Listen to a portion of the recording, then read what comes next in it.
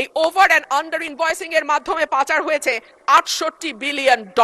অন্যদিকে বাংলাদেশে নতুন সরকার গঠনের পর যিনি নিয়োগ পেয়েছেন তিনি হলেন বিএনপির নির্বাচন পরিচালনা কমিটির সদস্য এবং একজন সোয়েটার ফ্যাক্টরির এমডি। স্পিকার, রাষ্ট্রপতি তার ভাষণে বাংলাদেশ ব্যাংক রাষ্ট্রায়ত্ত ও বেসরকারি ব্যাংক, বীমা, আর্থিক প্রতিষ্ঠান ও পুঁজিবাজারের সঙ্গে সমন্বয়ের মাধ্যমে সার্বিক তদারকি, উন্নতকরণ, আমানতকারীদের সুরক্ষা নিশ্চিত, খেলাপি ঋণ হ্রাসে গুরুত্ব দেওয়ার কথা বলেছেন।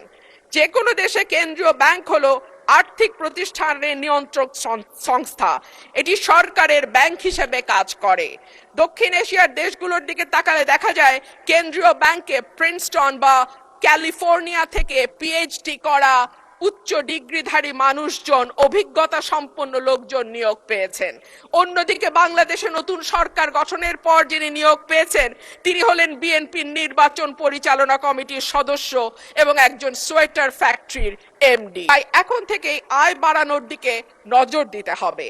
রপ্তানি ও প্রবাসী আয়ের প্রবাহ শক্ত না হলে এই চাপ সামাল দেয়া সত্যিই কঠিন। পাশাপাশি হুন্ডি ও অর্থ পাচার বন্ধে কঠোর ব্যবস্থা নেওয়ার কথা বলা হয়েছে।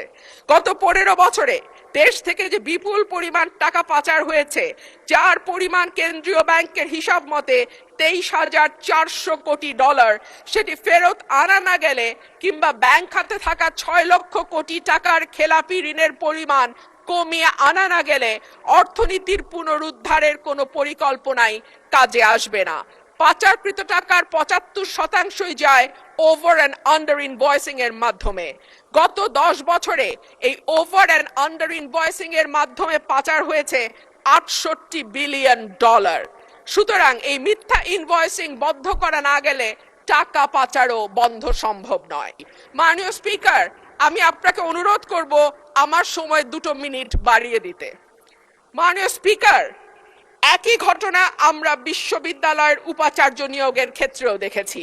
সবগুলো বিশ্ববিদ্যালয়ে দলীয় ভিসি, প্রভিসি নিয়োগ দেওয়া হয়েছে।